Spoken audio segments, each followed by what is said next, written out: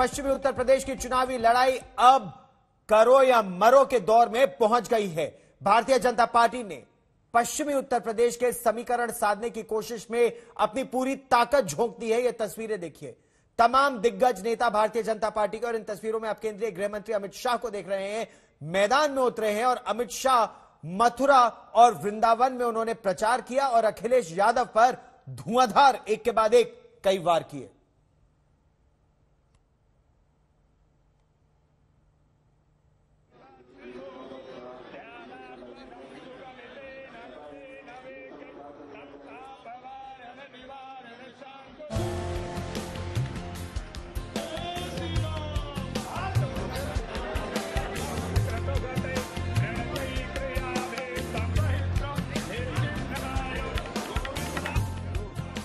बांके बिहारी के आंगन में अमित शाह।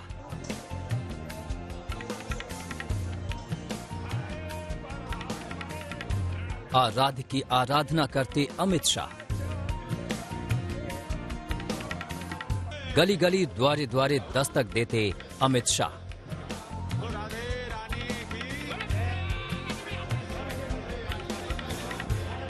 वृंदावन की तंग गलियां आज गुलजार हो गईं। भक्तों का तो यहां रोजाना तांता लगा रहता है। आज चुनावी भक्ति के खूब नजारे दिखे। केंद्रीय गृह मंत्री अमित शाह वृंदावन मथुरा आए। पहले तो भगवान की भक्ति हुई और फिर जनता जनार्दन की।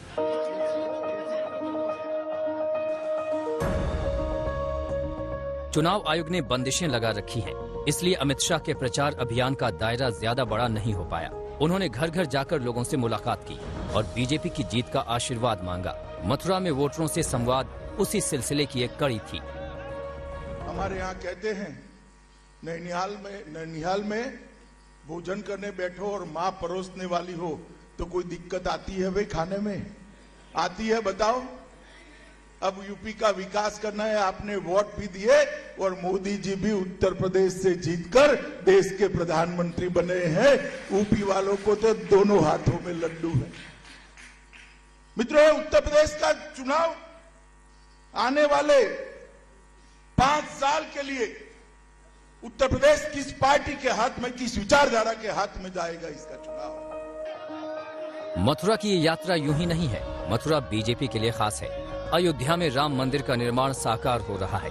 काशी में बाबा विश्वनाथ के मंदिर का जीर्णोद्धार हुआ और अब अगला पड़ाव मथुरा का है। यही भूमि पर ढेर सारे अत्याचारों को करने वाले कंस का वध भी हुआ। मथुरा की दिव्यता, भव्यता लौटाना उसकी आध्यात्मिक ऊंचाई को जरा भी कम करे बगैर उसको आधुनिक से आधुनिक तीर्थस्थान बनाना, ये भारतीय जनता पार्टी का लक्ष्य है। मथुरा एक ऐसी सीट है जहां जाट और ब्राह्मण वोटरों का दबदबा है। योगी सरकार में मंत्री श्रीकांत शर्मा उम्मीदवार हैं। मथुरा के बहाने अमित शाह ने अखिलेश पर निशाना साधा। और अखिलेश बाबू, आप कानून और व्यवस्था का सवाल उठाते हो? जरा चुल्लू भर पानी में डूब मरो। आपको बोलने का कोई अधिकार नहीं। मैं आंकड़े लेकर आया हूं। अखिलेश बाबू, मैं आपको कहना चाहता हूं, बहन मायावती जी, मैं आपको कहना चाहता हूं, कल मेरी बात का सार्वजनिक जवाब दीजिए। अखिलेश बाबू के शासन से भारतीय जनता पार्टी के शासन में डकैती में 70% कमी हुई है। कितनी हुई है भाई? लूट में 72% की कमी हुई है। कितनी हुई है? हत्या में 29% की कमी हुई है। कितने प्रतिशत की? और अपहरण के अंदर 35% की कमी। ये भारतीय जनता पार्टी के शासन में। अमित शाह ने यहां अपनी तरकश के तमाम तीर छोड़ डाले, क्योंकि मथुरा उसी पश्चिम यूपी का हिस्सा है जहां बहुत कुछ दांव पर है। कुमार अभिषेक, मथुरा, आज तक। तो 65 सीटें पश्चिमी उत्तर प्रदेश के पहले भाग में पिछली बार बीजेपी के हाथ 57 आई थी। इस बार क्या रहेगा समीकरण? क्योंकि बीजेपी का इस वक्त पूरा फोकस इसी पश्चिमी उत्तर प्रदेश पर है। पूरी कोशिश जाट वोट को साधने की भी है, क्योंकि किसान आंदोलन से नुकसान का डर भारतीय जनता पार्टी को सता रहा है। इसीलिए उस जोखिम को कम करने का प्रयास हर नेता भारतीय जनता पार्टी में कर रहा है और इसीलिए जाट नेताओं के साथ एक महत्वपूर्ण बैठक भी की थी गृहमंत्री अमित शाह ने।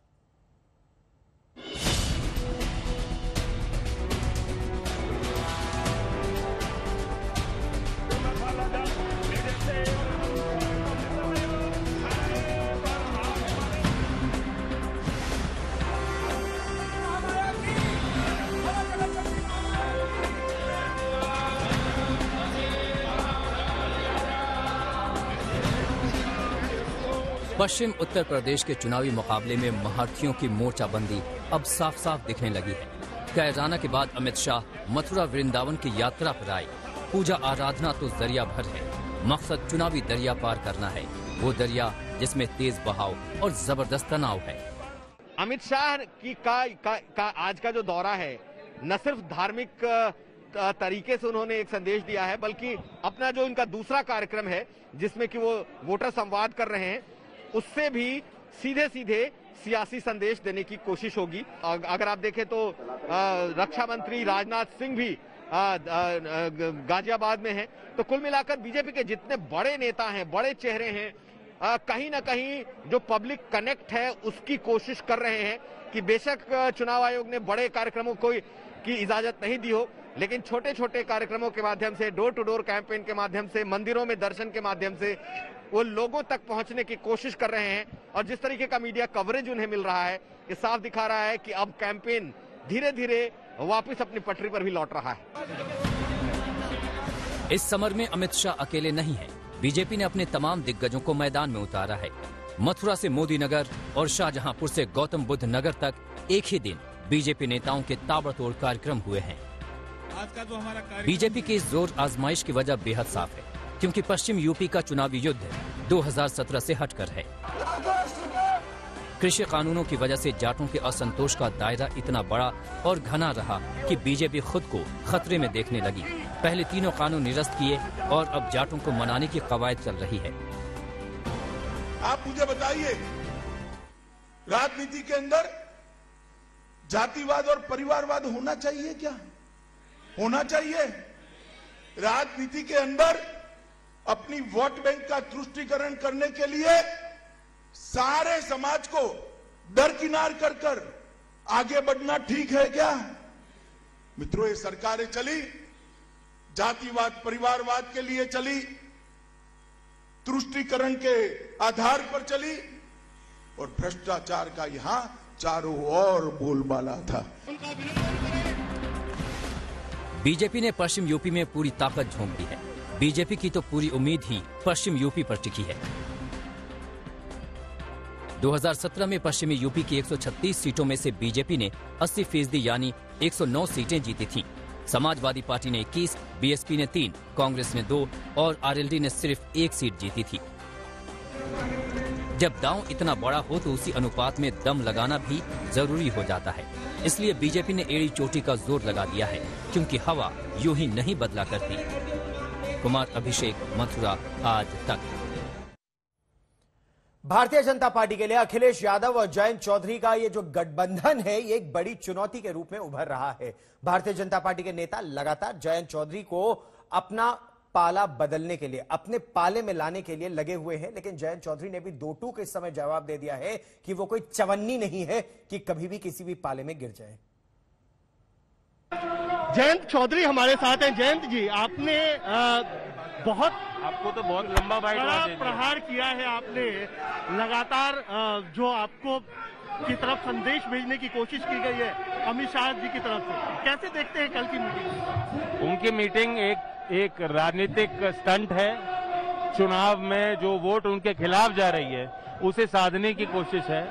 उनके हृदय में किसान के लिए कोई सम्मान होता तो इससे पहले जब किसानों पे आपत्ति हो रही थी, जब किसानों पे वार हो रहा होता, तब यही लोग शांत बैठे हुए थे। तो ये इनका प्रयास है, लेकिन गांव-गांव में विरोध हो रहा है बीजेपी का। अच्छा, लेकिन 2014, 2017, 2019 में भी इसी तरीके से नाराजगी थी जाटों में, लेकिन उसके बाद उन्होंने कोशिश करके उनको अपनी तरफ कर लिया। इस बार क्या अंतर देखते हैं? ऐसा नहीं है कि अपनी तरफ कर लिया।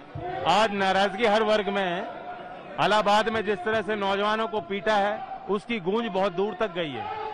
अगर हमारे प्रतिभाशाली नौजवानों को इस तरह से पीटा जाएगा तो फिर युवा क्या करेगा? तो उत्तर प्रदेश में जो विकास की संभावनाएं हैं वो लोग हमारी तरफ देख रहे हैं बहुत आशा के साथ कि हमने जो गठबंधन बनाया है ये यूपी में परिवर्तन लाएगा। अच्छा, आपने मंच से कहा भी कि मैं चवन्नी नहीं हूं कि पलट जाऊंगा, किस कॉन्टेक्स्ट में कहा था?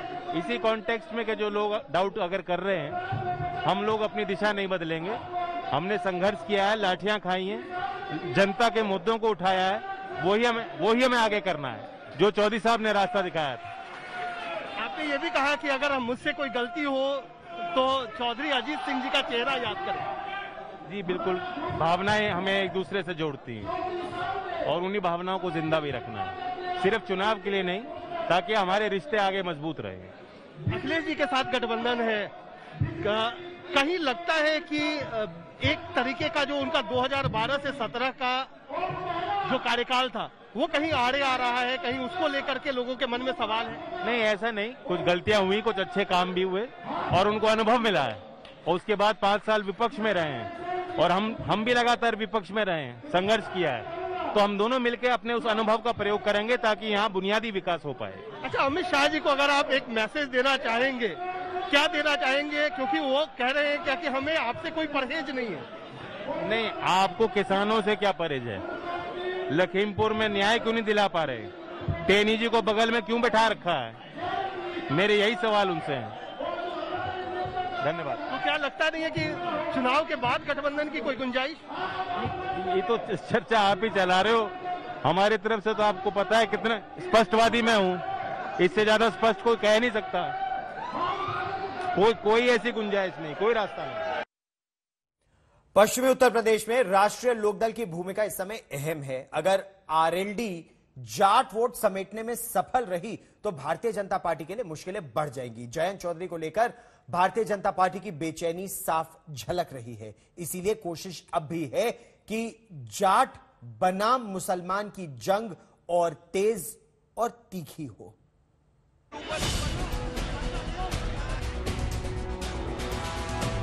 कोई भूल सुधार करके साथ में आना चाहेगा तो निश्चित तौर पर उस पर विचार किया जाएगा। राजनीति में भविष्य की संभावनाएं तो हमेशा खुली रहती हैं और हमेशा हमारे दरवाजे उनके लिए खुले हैं।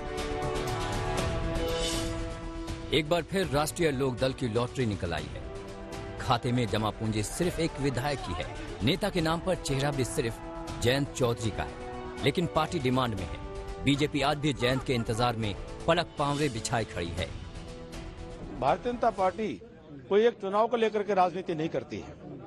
हम देश के भविष्य को ध्यान में रखते हुए जो सम विचार के लोग हैं, जो राष्ट्रवादी विचारधारा की सहमति हमारे साथ रखते हैं, ऐसे लोगों को साथ लेकर के पहले भी चलते आए हैं और कोई भूल सुधार करके साथ में आना चाहेगा तो निश्चित तौर पर उस पर विचार किया जाएगा। घर गलत चुनने का मतलब ये है कि जैन लोकदल का जो कैडर है, अगर उनसे आप पूछेंगे क्या अखिलेश को मुख्यमंत्री स्वीकार करते हैं तो वो भी स्वीकार नहीं करते। ये गठबंधन ऊपर का हुआ है, दिल्ली और लखनऊ, जमीन पे गठबंधन नहीं हुआ। बाकी राजनीति में भविष्य की संभावनाएं तो हमेशा खुली रहती हैं। कि जयंत चौधरी जी एक अच्छे युवा नेता हैं, एक अच्छे जिस परिवार का किसानों के लिए संघर्ष रहा उससे ताल्लुक रखते हैं और इलेक्शन के बाद में संभावनाएं हैं और हमेशा हमारे दरवाजे उनके लिए खुले हैं। है ना हैरत वाली बात, बीजेपी जैसी विशाल और ताकतवर पार्टी के लिए जयंत चौधरी जरूरी हो गए हैं। आरएलडी जरूरी हो गई है। वही आरएलडी जिसने 2017 में 277 सीटों पर अकेले चुनाव लड़ी तो 1 सीट जीत पाई। 2012 में कांग्रेस के साथ 46 सीटों पर लड़ी तो 9 सीटें ही जीत पाई। यानी इतनी खराब स्ट्राइक रेट के बावजूद बीजेपी को बेचैनी है कि जयंत चौधरी उनकी टीम में क्यों नहीं है। सवाल है कि बीजेपी की ये बेचैनी क्यों है? जवाब है जाट वोट। पश्चिम यूपी में 18% जाट हैं, 27% मुस्लिम, 25% दलित हैं। वोटों का यही वो ताना बाना है जिसने बीजेपी की चिंता बढ़ा दी है। जिस जाट वोट बैंक को मोदी के नाम पर बीजेपी ने 2014, 2017 और 2019 में शिद्दत से सहेजा था, वो किसान आंदोलन से खतरे में आ गया है। इसमें सेंधमारी हुई तो बीजेपी का वोट संतुलन औंधे मुंह गिर जाएगा। जयंत चौधरी इसलिए बीजेपी को जरूरी हो जाते हैं क्योंकि मेरठ, मुजफ्फरनगर, मुरादाबाद, बिजनौर, सहारनपुर, शामली, मथुरा, अलीगढ़ बुलंदशहर, आगरा, बरेली और बदायूं। ये 12 जिले तो उंगलियों पर गिने जा सकते हैं, जहां जाट वोटरों का दबदबा है और जहां जैन फैक्टर अहम हो जाता है। जैन इसे समझ रहे हैं, इसलिए उन्होंने बीजेपी के न्योते को फौरन ठुकरा दिया। ट्वीट कर कहा, उन 700 किसान परिवारों को दो जिनके घर आपने उजाड़ दिए। तो जब हम गांव में घूम रहे हैं तो एक जो सहानुभूति अजीत सिंह के जाने के बाद जाटों में उपजी है, एक जो सहानुभूति जयंत चौधरी के प्रति है, कहीं ना कहीं उस सहानुभूति को अपने तरफ करने की बीजेपी की कोशिश है कि भले ही जयंत चौधरी इस वक्त समाजवादी पार्टी के साथ खड़े हैं, लेकिन बीजेपी का मानना है कि वो उनके अपने हैं और ठीक है वो दूसरे घर चले गए, लेकिन 2022 के बाद वो हमारे साथ होंगे। तो मुझे लगता है कि टाइमिंग इस वक्त सटीक है, क्योंकि लोहा गर्म है और अब चुनाव होने हैं और जाटों को मनाने, जाटों को पटाने, उन तक मैसेज देने की बड़ी कोशिश है। और अभी अभी खबर आ रही है कि समाजवादी पार्टी ने एक और सूची समय जारी की है। 56 नाम है समाजवादी पार्टी की। इस सूची में भदोही से जाहिद बेग को उम्मीदवार बनाया गया है। उत्तर प्रदेश में समाजवादी पार्टी की 56 उम्मीदवारों की लिस्ट जारी है। घोसी से दारा सिंह चौहान होंगे समाजवादी पार्टी के उम्मीदवार। जमानिया से ओम प्रकाश सिंह को टिकट दिया गया है। 56 उम्मीदवारों की लिस्ट समाजवादी पार्टी ने इस समय जारी की है। पंजाब में एक लंबे इंतजार के बाद राहुल गांधी आज प्रचार अभियान के लिए निकले हैं। राहुल गांधी ने पार्टी के सभी 117 उम्मीदवारों के साथ स्वर्ण मंदिर में मत्था टेका, लंगर खाया, फिर जालंधर के लिए रवाना हो गए। दरअसल पंजाब में बगावत का दौर खत्म होने का नाम ही नहीं ले रहा है। पहले कैप्टन अमरिंदर सिंह ने पार्टी का साथ छोड़ा, उनके जाने के बाद भी खेमेबाजी और टिकट बंटवारे पर भाई भतीजावाद के आरोप जमकर लग रहे हैं। और ऐसे माहौल में आज राहुल गांधी पार्टी में एकजुटता दिखाने के मकसद से पंजाब पहुंचे हैं। कितनी सफलता मिल रही है ये आगे देखेंगे।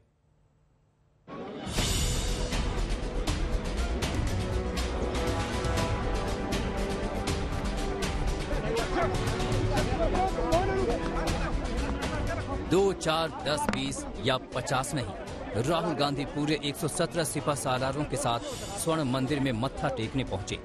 इन 117 लोगों में पंजाब के सीएम चरणजीत सिंह चन्नी भी थे, प्रताप सिंह बाजवा भी थे और वो सारे लोग थे जिसने पंजाब विधानसभा की 117 सीटों पर कांग्रेस को परचम फहराने की उम्मीद है। मौसम की वजह से राहुल के दौरे में आज थोड़ी देरी जरूर हुई, लेकिन पंजाब में उनके यलगार का कांग्रेस नेता लंबे अरसे से इंतजार कर रहे थे। कुल मिलाकर अमृतसर के उनके 3 कार्यक्रम हैं और इन तीनों कार्यक्रम के जरिए कांग्रेस दरअसल मतदाताओं के 3 वर्गों को आकर्षित करने की कोशिश कर रही है। एक तरफ सिख मतदाताओं को आकर्षित करने की कोशिश है, दूसरी तरफ हिंदू मतदाताओं को भी आकर्षित करने की कोशिश है, जिनका वोट फीसदी 38% है। वहीं दलितों को भी आकर्षित करने की आज कांग्रेस की ये कोशिश है, क्योंकि पंजाब में देश सबसे ज्यादा 32% दलित मतदाता है। इसके बाद राहुल गांधी सीधे जालंधर जाएंगे, जहां से वो एक वर्चुअल रैली को संबोधित करेंगे। सवाल उठता है कि राहुल को सभी 117 उम्मीदवारों की ऐसी नुमाइश की जरूरत क्यों पड़ गई? जवाब ये है, पंजाब कांग्रेस में कैप्टन का अध्याय खत्म होने के बाद भी गुटबाजी खत्म नहीं हो पा रही है। मुख्यमंत्री पद की दावेदारी को लेकर चन्नी और सिद्धू समर्थक आमने सामने हैं। टिकट बंटवारे में भी भाई भतीजावाद के आरोप लग रहे हैं। ऐसे में राहुल सभी 117 उम्मीदवारों को साथ लाकर पार्टी में एकजुटता का संदेश देना चाहते हैं। राहुल की ये कोशिश विपक्षी दलों को जवाब है, जो कांग्रेस में बिखराव के दम पर खुद का फायदा देख रहे हैं।